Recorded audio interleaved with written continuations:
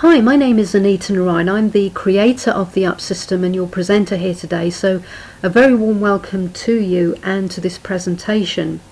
And the sole purpose and aim behind this educational webinar is to give you critical insight into how the Up System works as applied to sports performance.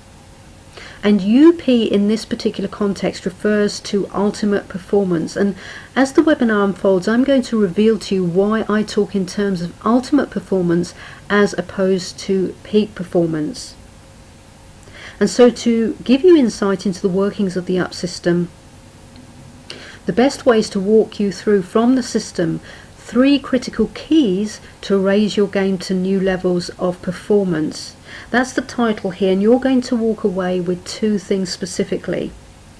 Number 1, you're going to walk away with actionable knowledge that you can take away and apply immediately to your particular sports, more importantly your sports performance. And secondly, you're going to gain fresh or possibly new perspective as to the true value and benefit of this particular system. And by the way, it's really critical to establish value before you engage with anything by way of a process or system, no matter what area of your life you're talking about. And I'm going to give you a guiding principle that you can and should use across any area of your life, and also so that you can rest assured that the information you're getting from here today is on very good authority. So here's the guiding principle. It doesn't matter what you're testing out in your life, whether a system like this, a process, the person behind it, strategies and techniques. It's very important that they pass 3 criteria fundamentally. Number 1, does it stand the test of time? Number 2, does it stand the test of challenging circumstance? And number 3, does it stand the test of a high standard? And number 2 and 3 are connected, but let me walk you through this. First of all, the test of time. You know, it's really possible to produce a great performance as a one-off and then never repeat that again, or hardly repeat that again. And so that's no test of how good you really are or how good the processes you are using are. You need to be able to repeat that performance consistently and dependably, and time will be a great test of that. So that's what I mean by the test of time, something that you can repeat over again to great effect. Secondly, the test of challenge, or the test of challenging circumstances. You know, when things are going really well in your life, that's no test of anything. I think we probably all understand that and would agree with that. There's no rocket science in that. However, when you're going through challenging circumstances, adversity maybe, and you apply something to great effect that not only helps you to overcome, but also helps you to achieve in spite of circumstance, then and only then do you know in your heart and your mind without any doubt that you have something of great value and worth in your hands. So that's what I mean by the test of a challenge. And thirdly, the test of a high standard. You know, if you've ever played somebody in sports, whether individually or as part of a team, that is below your standard, you know that that doesn't test you very well, and therefore it's not the test of how good you really are.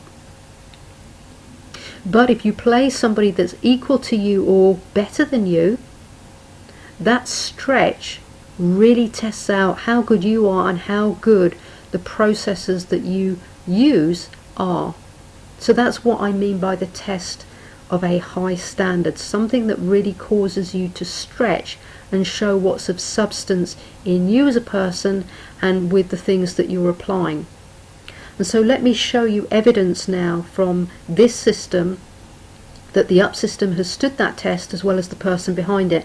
And I'm going to take my example from my life, from the field of sports, and in particular football, which was my passion. But even though it was my passion, football, I didn't start to play competitively till the age of 26 through till 42, and here's why. I grew up in a family and a cultural background where women were not supposed to play football, according to my family. So even though I was really good at it and had a natural talent since the age of 2, according to photos that were taken, I was not allowed to play. And so in those formative years I played hockey and tennis. They were, in fact, anything that had a ball with it that I was allowed to play, I was good at. But I played hockey and excelled at it at club, regional level, and I played for the East of England. And I also excelled at tennis, particularly at local tournaments and regional tournaments. But when I could, and when I left home and was free to play, I played football, and that was not, unfortunately, until the age of 26, and when I'd let go of the conditioning. And unfortunately then I couldn't realise my dream, which would have been to at least attempt to go on and play for Arsenal Ladies, which is the club that I support. Because for those of you familiar with football, 26 to 28 years of age is when you're supposed to be at your peak, so I came into it quite late. But let me tell you that wherever I did play in those 17 years, I made a significant impact, because I was and continue to be a product of the UP system. So I've just put a few pictures here to depict the different teams I played for and the different levels of impact. At 26, I played for Suffolk Bluebirds, and I broke into the first team, made my debut in an FA Cup match. We played Dunstable, who were supposed to be one of the favourites to win the cup. We were the underdogs. We beat them 4-2 in that game. I played as a forward and I scored a hat-trick on my debut. So I made a significant impact straight away and went on to be a regular in the first team and break into the region very, very quickly. When I went down to Basingstoke to commence a career in psychiatric nursing, or mental health nursing as it's now called, I didn't play for a few years because of the shift work, but when I did, I then went on to play for Basingstoke for a good 7 years. And in that time, it was not only common for me to be voted play of the match by both teams, my team and the opposing team that we played for, but I also did something that no other player did in that spell, and that was that I won the Manager's Player of the Season awards for 3 years in a row. And you don't get to do that unless you are doing something and applying yourself consistently and dependably well. And as you're beginning to gather, it wasn't just the technical aspects of the game that I was applying to great effect, and that was as a midfielder for Basingstoke. When I went on to play Caversham and Henley, that were a top 6 team in the same league as Basingstoke. Basingstoke were a sort of middle of the table team. In my first season for this team, we went from number 6 to joint top of the league and narrowly missed out on promotion. And I played here as a midfielder and then in the latter part as a central defender. So the reason I underline all these 3 teams and the significant impact I made is to really underline the power of this system. So over 17 years I stood the test of time wherever I went. That's the test of time. Now the test of a challenge, what you won't pick up from these 3 pictures, but what you will pick up if you were to read my book, that by the way has got top industry endorsement, and that's another achievement as a result of applying my own processes in the UP system.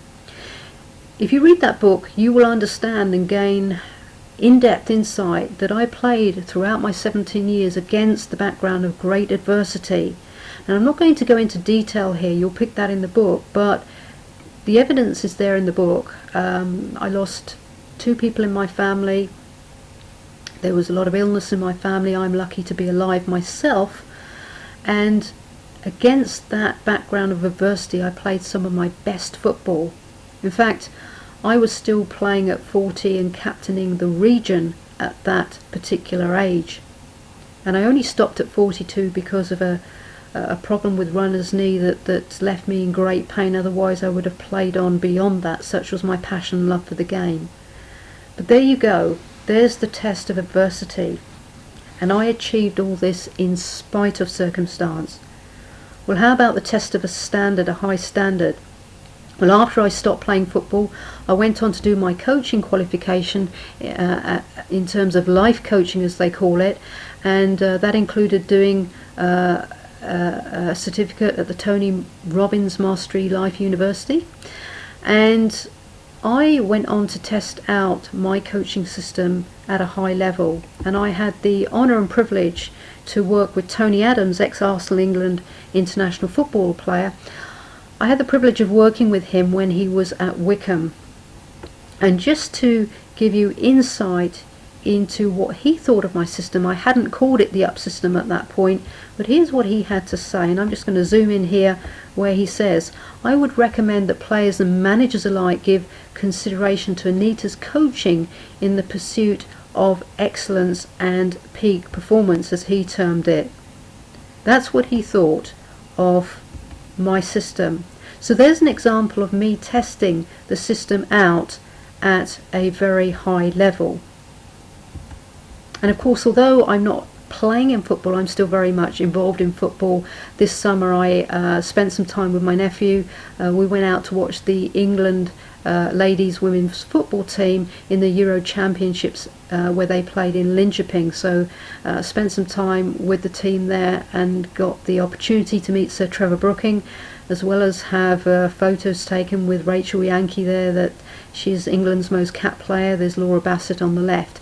So that's me, and now from this I want you to personalise this to yourself, just as I personalised the system to me. And I want you to consider two questions as you go through this webinar, because it's really important that you personalise it now rather than consume this knowledge in a very general sense. So what sporting achievements do you dream of? And what are you prepared to be and do to achieve your dreams? What sort of time are you prepared to invest? What sort of process and system are you prepared to invest? And what is it you're reaching for? What is the stretch that you want to achieve consistently and dependably? Bear those questions in mind now as you go through this. Now, I'm going to take my examples from football, but you can apply this to any particular sports that you like, whatever it is you're involved in.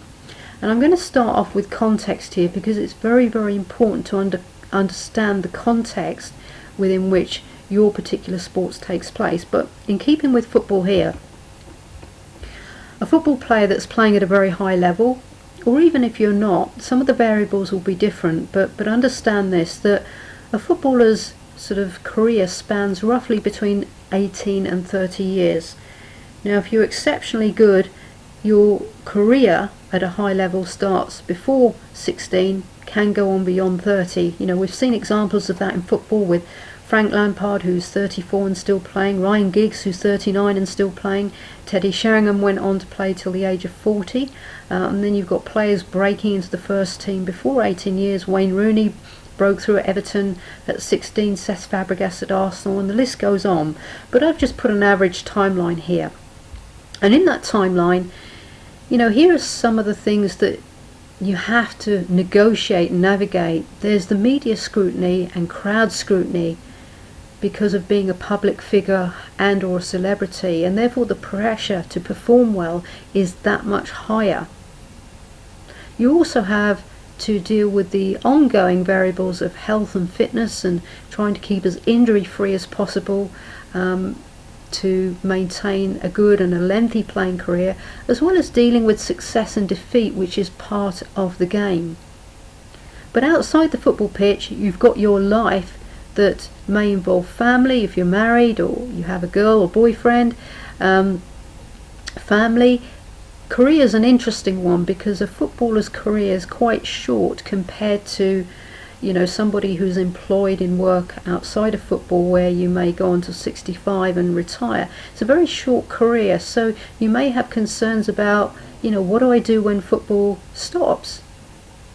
Then there's your lifestyle, and of course all the financial issues that relate to such a short career, and the list goes on. This is not exhaustive, but this just gives you an idea of the timeline and the context of a footballer.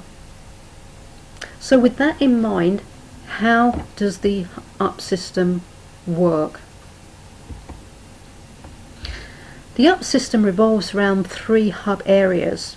They are unlocked potential, unlimited progression, and ultimate performance. And I want you to understand through this picture that these three areas are like cogs. Each area affects the other, and each area, when attended to, really contributes to, if you like, the ultimate goal in football, which is ultimate performance. But one without the other doesn't work very well. And it's driven by this very first cog called unlocked potential. So I'm going to break this down now for you, but I want you to consider these like spinal points. Consider a spine. You know that if you hurt your back, it's a very difficult injury because the spine holds everything together.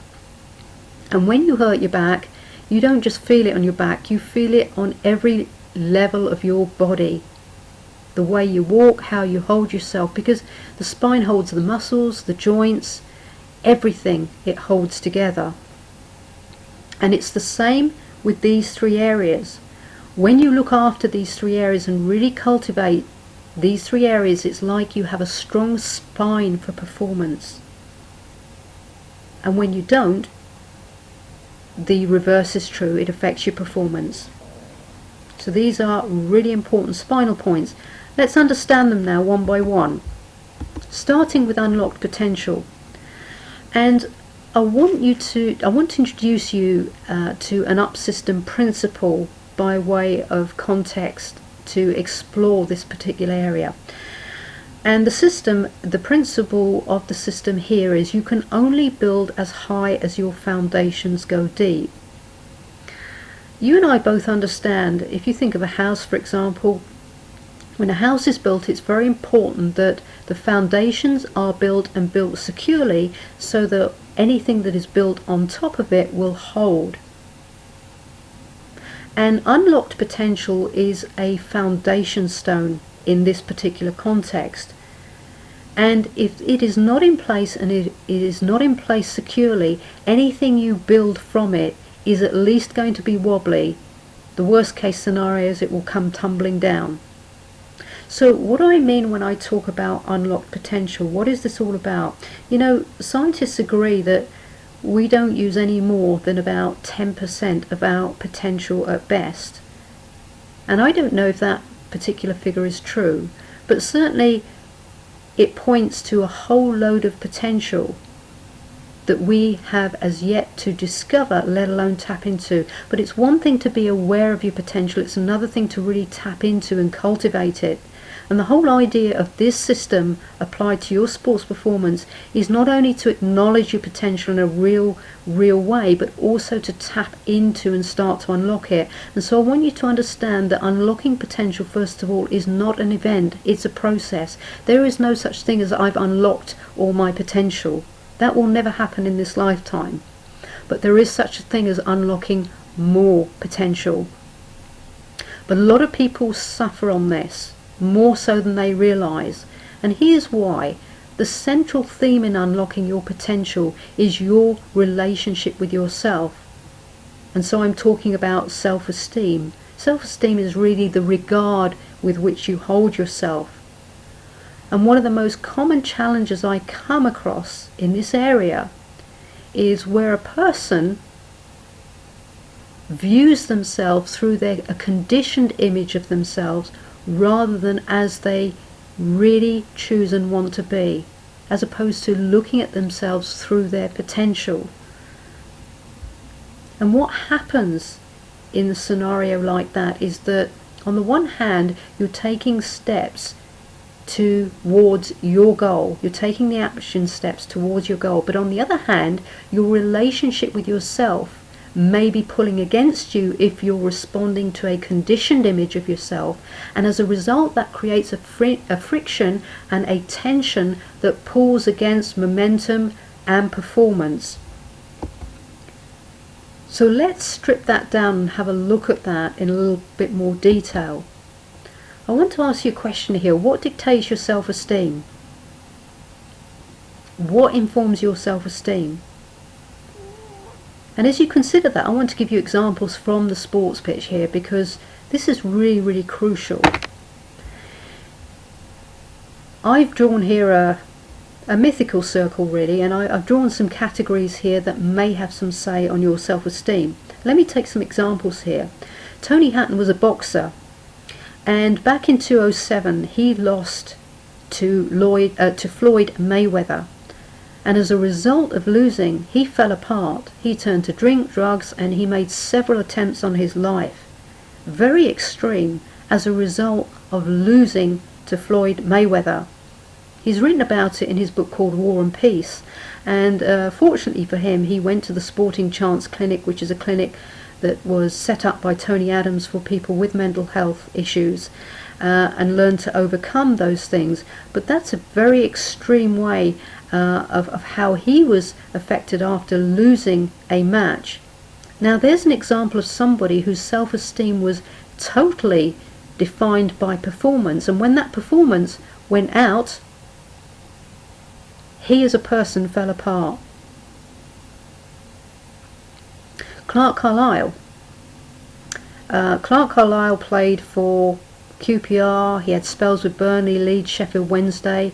He was an ex-footballer. He's only in his mid-30s now, but in 2000 he suffered a severe knee ligament injury that nearly put him out of playing football altogether, and during that time he fell apart. He turned to overdosing and making attempts on his life because he couldn't handle being out of action. He actually talks quite openly about it in his documentary, where he said that, you know, his self-worth went out the window because he had defined himself totally in terms of as a football player, and so when he couldn't play, he became nothing in his own eyes, even though he had a family and other things in his life that were valuable. And so here's an example of somebody whose self-esteem was defined, yes, by performance, but particularly you know, the status, beg your pardon, the status of being a footballer, but also the life event. In this particular instance, it was a sporting event of a knee injury that put him out of action. Can you start to see how these areas are overlapping in terms of how they dictate a footballer's self-esteem? And this is very prevalent in sports. A lot of sports professionals define themselves in terms of you know, themselves as a footballer, and then into these various areas like their performance, their status as a footballer, and so on and so forth. And when those things are taken away from them, they become nothing in their eyes. Kenny Sampson, when his career ended, Kenny Sampson was an ex-Arsenal England international footballer. He played at left back. We've seen recent newspaper stories about him being out on the streets, homeless, subject to alcohol, and so on and so forth. And he's recently trying to put his life back together again. But, you know, his status as a footballer ended and his life started to fall apart. Tony Adams talked quite freely. He was an ex-Arsenal England international footballer, as you know. He talked quite freely of the problems actually whilst he was playing football with alcohol, which was quite prevalent back then and is still prevalent. The drinks culture is still prevalent in football. But here you can see examples of people whose self-esteem was defined by their career, by their performance, by the status of being a footballer, and there may be other areas, and when those things were not around, they fell apart. And here's the thing, if your self-esteem is being defined by those things, you're going to have problems when it comes to your life in general, your performance as a footballer. You know, you may be saying, well, I don't like myself that much, but I'm a great footballer. Here's my challenge to you. You could be doing so much better. This is an area I had to address for myself. Not that I turned to alcohol or any of those things, but I had severe adversity in my background. And had I defined myself only by myself as a footballer, I would have fallen apart. But I still had to work through it because I defined myself heavily by what I could achieve. And when I addressed that, my performance went through the roof. It became even better, even stronger. So as I said, the problem is that most people respond to a conditioned image of themselves rather than an accurate image of themselves through their potential, who they choose and want to be. Is this you? How do you know if it is? I'm going to give you a very powerful exercise to determine your relationship with yourself. And this is more powerful than any questionnaire you can do. And you'll see why. I call it a mirror exercise because here's what I want you to do. This exercise breaks down into two. I want you to take a full-length mirror, a bit like this here. If you haven't got one, a sort of a shoulder type mirror will be fine. Something where you can see your face and up to sort of shoulder level, but preferably a full length mirror. And here's what I want you to do. I want you to take a few minutes every day for the next couple of weeks, because remember we talked about the test of time. Anybody can do this as a one-off and get a false result, but I want you to look into a full length mirror, and I want you to look at yourself for a few minutes without talking, just in complete silence. And I want you to note the feedback that that very act gives you. Are you able, for example, to regard yourself with a love and a regard that's positive? Or do you feel fidgety? Do you feel great mental resistance to doing that? Do you feel awkward, uncomfortable? Are you even saying at the thought of doing this exercise, oh, I don't want to do that? If you are, you've just answered your question about your relationship with yourself.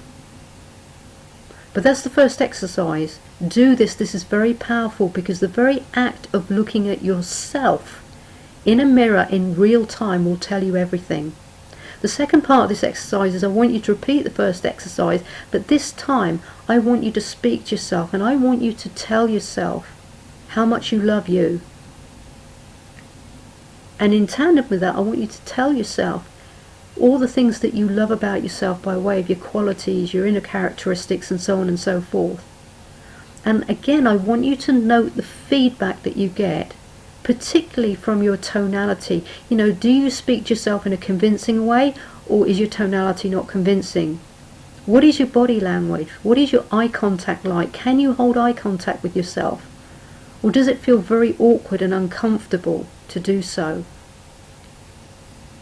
You'll gather from this that if your tonality is off, if your body language is all fidgety and you are uncomfortable, or you're feeling great resistance to doing this exercise, that alone tells you that your relationship with yourself is off center, that your self-esteem is very challenged.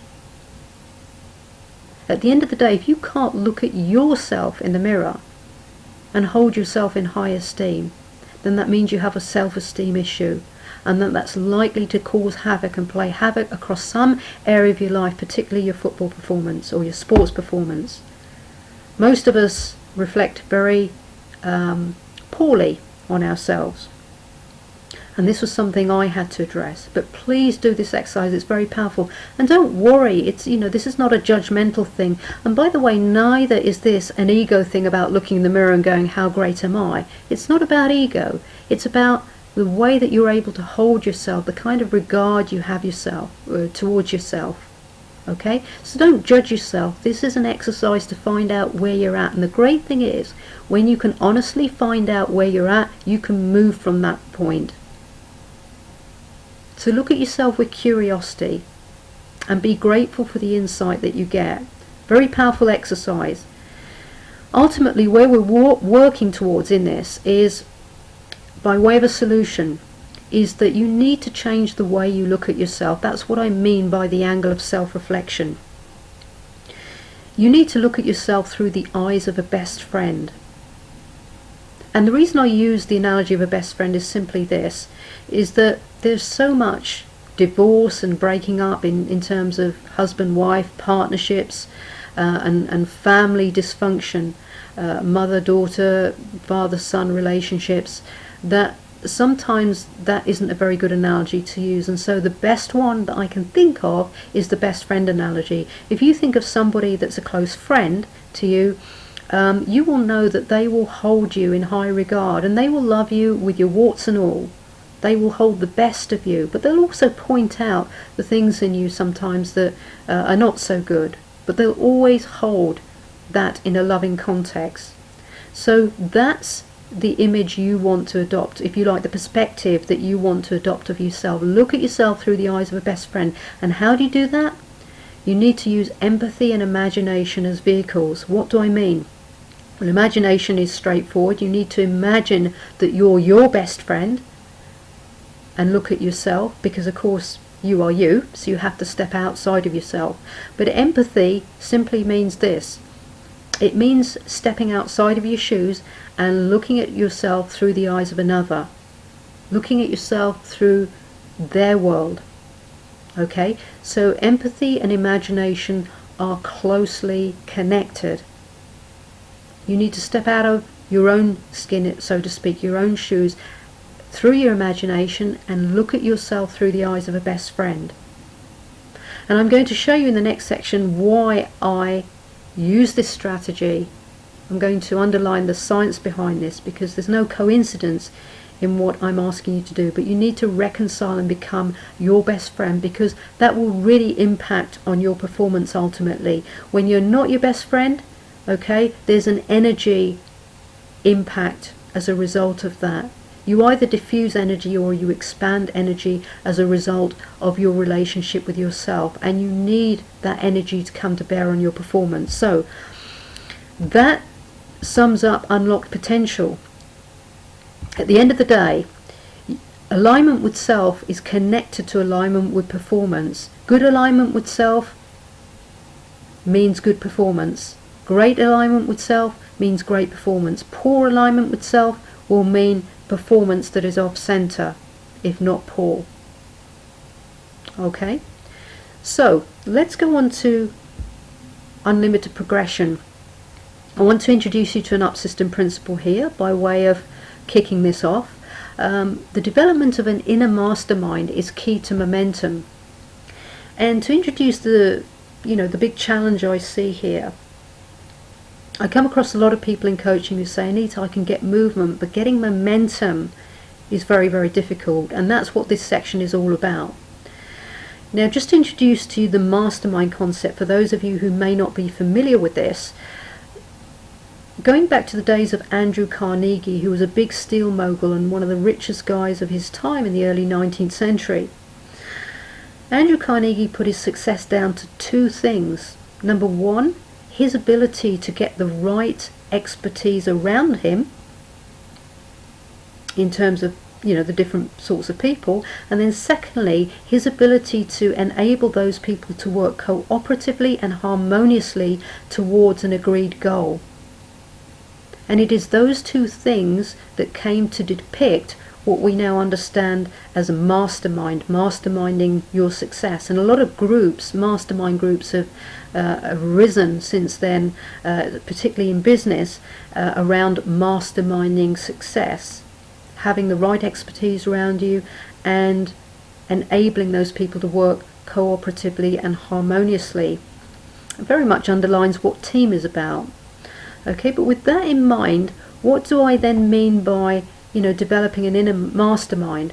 Well, I mean to turn that inside out. I'm talking about now your capacity to develop your inner resources, the different characteristics and inner resources to work harmoniously and cooperatively towards your particular goal. And when I talk about inner resources, what do I mean? Well, just remember, you've got a physical dimension of yourself, you've got the emotional dimension of yourself, you've got the spiritual for those who acknowledge that, and soul level for those who acknowledge that, and the mental. All these things are layers that go to form part of you. And so often what people do is only come from one or two aspects of that in the way that they apply themselves. And the other thing is that we have a left and a right brain, we have a heart and a mind. The list goes on. And one of the most common challenges I come across is this. The problem is that so much of how we apply ourselves traditionally comes from one side of the brain.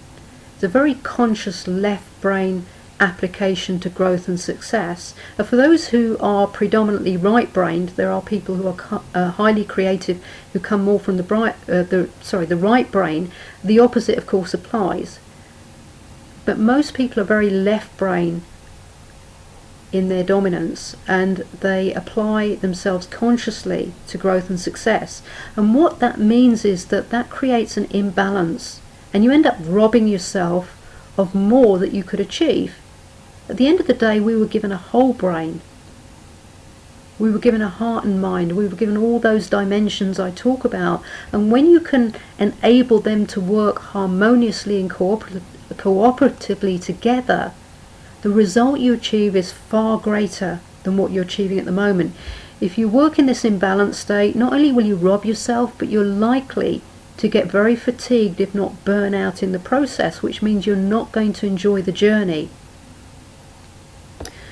So, of course, the solution to that is to adopt a whole brain approach and to learn to harmonize your inner resources so that they work cooperatively and harmoniously.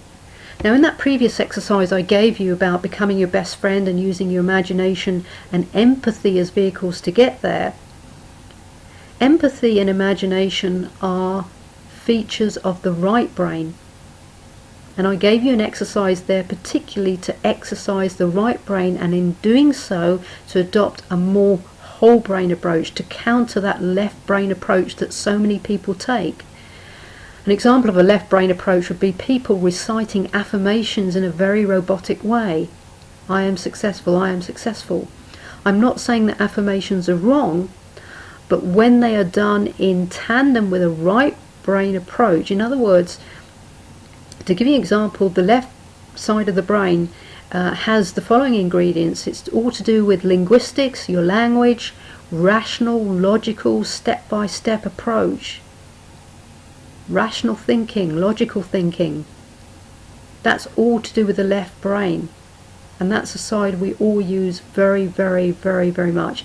The right brain, the ingredients that relate to the right brain are things like music, emotions, creativity, imagination, visualization, intuition. Right brain is very connected to the heart in that respect. And so often I hear people say, well, I put my heart above my head or my head above my heart. That's an example of using your inner resources in a conflicting and a fragmented way. The idea is to learn to use them in tandem. So empathy and imagination are right brain activities. Okay, but the whole idea is to develop a whole brain approach. When I talk about conscious efforts in the previous slide, a lot of people try to effect change on a conscious level. Now, that's okay as far as it goes, but for many of us, a lot of the problems around, performance anxiety and fear and things like that, they're more deep-rooted in our subconscious and even our unconscious. So you need to be adopting a strategy that taps into the subconscious, a subconscious strategy to effect change, so that when all these things are worked in tandem, you get a far more effective result. One of the things I use in the UP system with my clients is technology called brainwave entrainment. I use it in a customized way for my clients, because brainwave entrainment technology is sound technology. The way it works is that you listen passively to sound, whether in the form of music or other types of sound, through headphones. And what it does is it entrains the brain and helps the brain to synchronize on the left and the right side, and at the same time helps you to uproot issues that find themselves in your subconscious. By putting the brain in an internal state that is more conducive to a relaxed and aware state, it creates, if you like, fertile soil for you to effect change, because it's difficult to effect change when you're in a highly charged or anxious state. So there are multiple benefits of brainwave entrainment, and the reason why I use that is that traditional forms of meditation, which I really recommend and I use myself, but a lot of people find it hard to focus and concentrate on that more manual meditation, which is fantastic for synchronizing the brain, as well as putting you in a state, an inner state, relaxed, aware, that is more conducive to consistent and high performance. So that's the solution, whole brain approach. Now please bear in mind that I've talked about unlocked potential, I've talked about unlimited progression. I'm just presenting you a fundamental layer. The UP system goes into far more depth, and I will outline that for you at the end of this webinar. But I just want to give you a sample, a fundamental sample, as to how this system works. So let's go on now to ultimate performance. Ultimate performance, I said that I would cover why I call it ultimate performance. So I want to introduce you to an up-system principle here. And that is that off-field plus on-field coaching equals ultimate performance. Now, one of the biggest challenges I come across when it comes to performance, people talk in terms of peak performance, but the biggest challenge is producing consistent and dependable performance. And this is the most common challenge that people approach me with when it comes to performance. And here's what I want you to understand as the common underlying challenge. The problem with most peak performance coaching is that it is on field. And by that I mean that people are coached in terms of their performance on the pitch, the visualization, the positive thinking, all the drills, skills and techniques to become, in this case, not just a better footballer, but to perform to a high standard on the day, in the game, across 90 minutes. And what that type of coaching ignores is the contextual factors that impact performance. Now, you remember at the beginning of this webinar I talked about the timeline of a footballer and everything that they face across that timeline, and in fact afterwards. They have a life outside of football, a family, children maybe, brothers, sisters. And what people don't go into here, and the reason why most peak performance systems don't go into those contextual things is simply because they don't have the time. But my challenge to you is you don't have the time not to address this, because to the degree that you cultivate and develop those areas off the pitch and develop your personal effectiveness, if you like, off the pitch, it will have a direct impact and an indirect knock-on effect for your performance on the pitch. And that's why I call this ultimate performance, and that's where the up system goes one further. It does not ignore the context. Now, I gave you examples earlier with Tony Adams and Clark Carlisle, how they were impacted off the pitch and how that in turn impacted them on the pitch. I gave you an example of the boxer there. You know, all these people were affected off field. There are, I'm going to come on to Tony Adams as a case study in a moment, just to expand this further.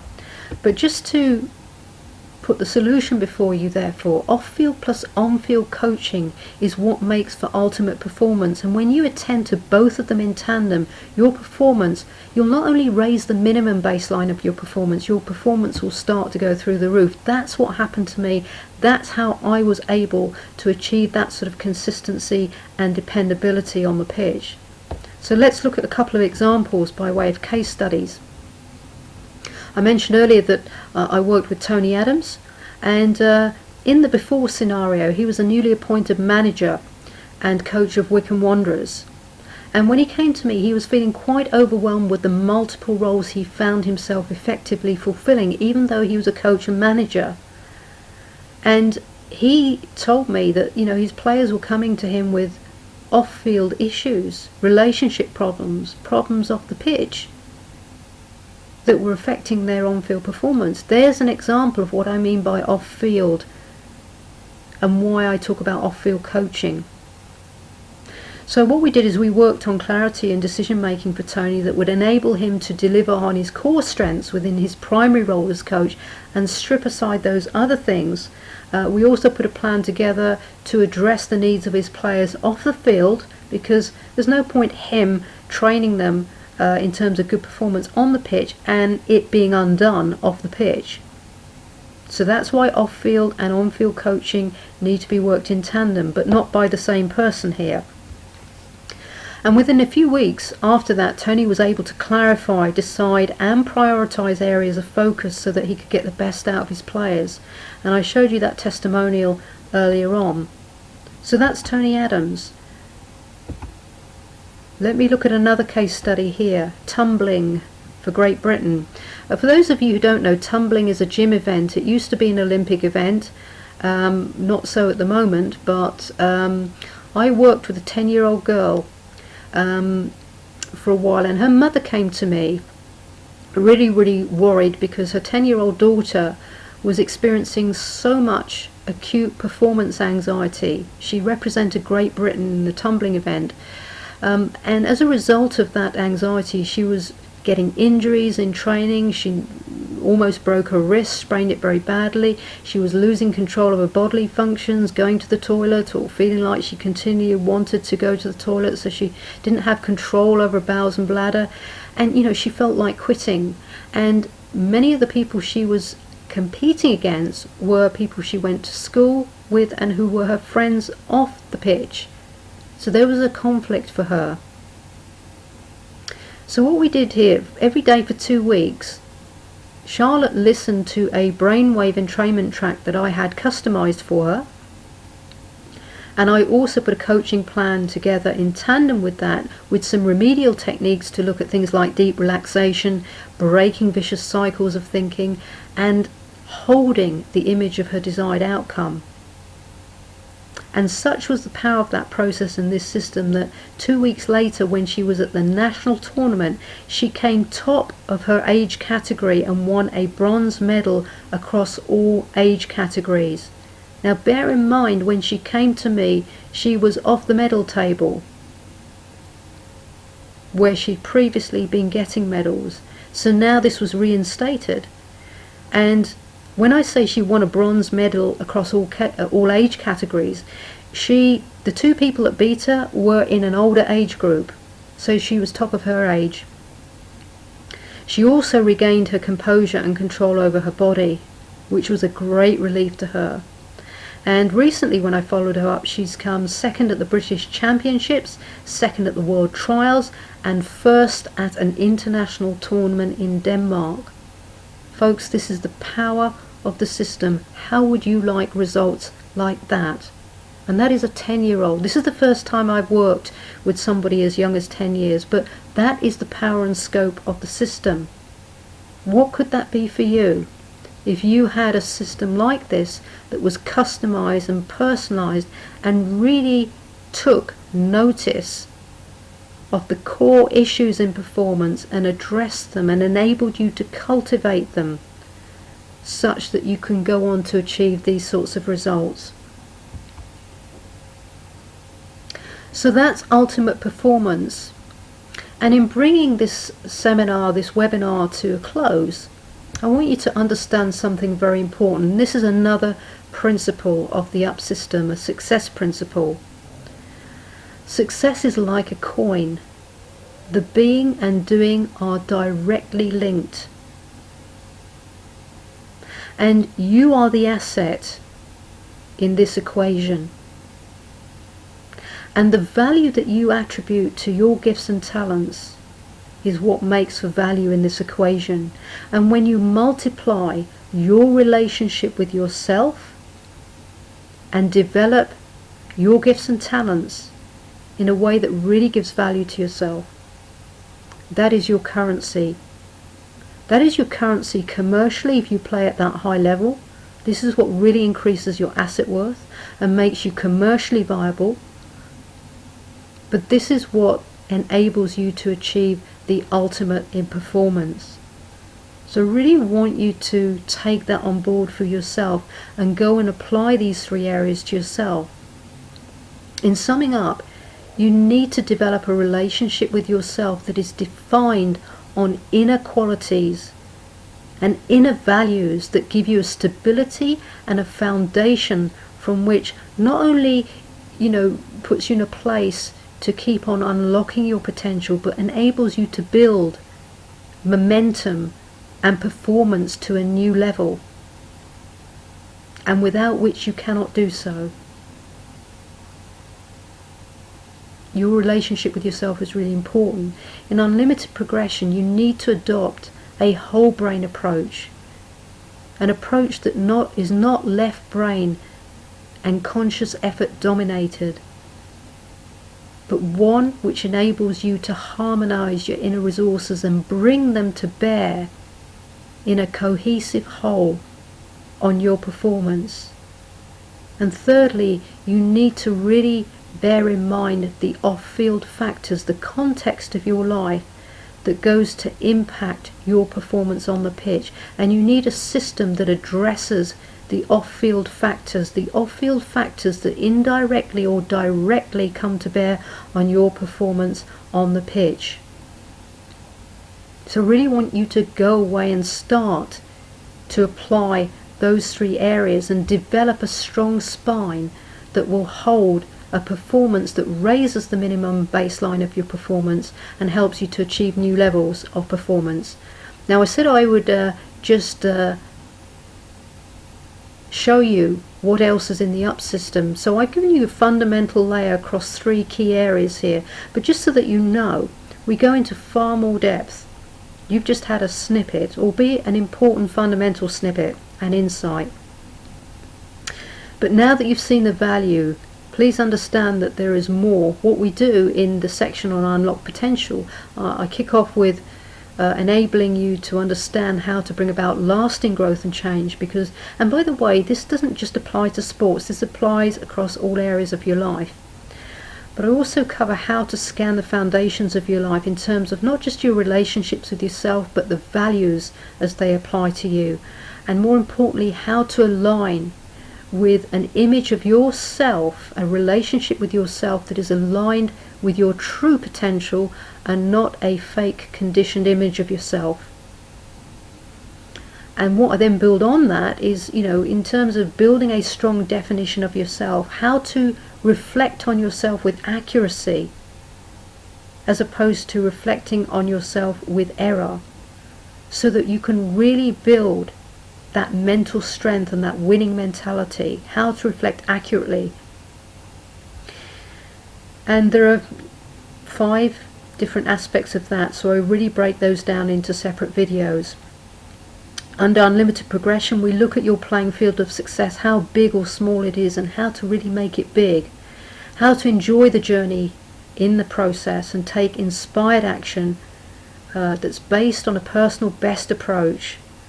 And by the way, that personal best approach, if you take care of that, it will also address the competitive aspects of your game by its very nature, by default. The 2 here in yellow, mental health, physical health, and becoming, how to be a sports ambassador, sportsmanship, are videos that I'm adding as we speak. That's why they're in yellow. So this is not an exhaustive list. I keep adding as topics arise that are pertinent. Under ultimate performance, we look at winning mentality, how to accurately reflect on your performance, the difference between personal effectiveness and ultimate performance and why you need them both, mental strength and composure, and we also look at energy and breath work, which is what a video I'm adding into the system as we speak. So there's an insight into what the system involves.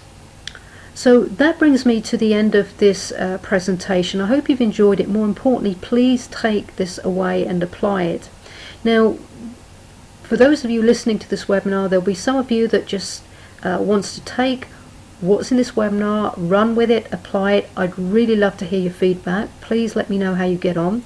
There'll be others of you who are really thinking, you know what, I really like what I've seen here. I love the value of what I've seen here. And I think this system could really help me reach the heights in my particular sports. So for those of you who fit into that category, what I want you to do is go to this web link here. There's a form to fill out, and you can have a free, no obligation consultation with me to personalize this to your situation. There is no obligation, I really want to underline that, but we can chat further about how this will really help you. And so fill out that form, because that form will make better use of our time if I have a little bit of a profile of yourself, what sports you play, where your strengths are, what your challenges, what you're aspiring to achieve in your particular sport. So that's where you can go and fill that out, and I look forward to speaking to you. So all that remains for me to say now to all of you, whatever you're going on to do after this webinar, wherever you live in the world, please take care of yourself, have a wonderful day, and take this information and go and make a difference to your sports performance. Bye for now.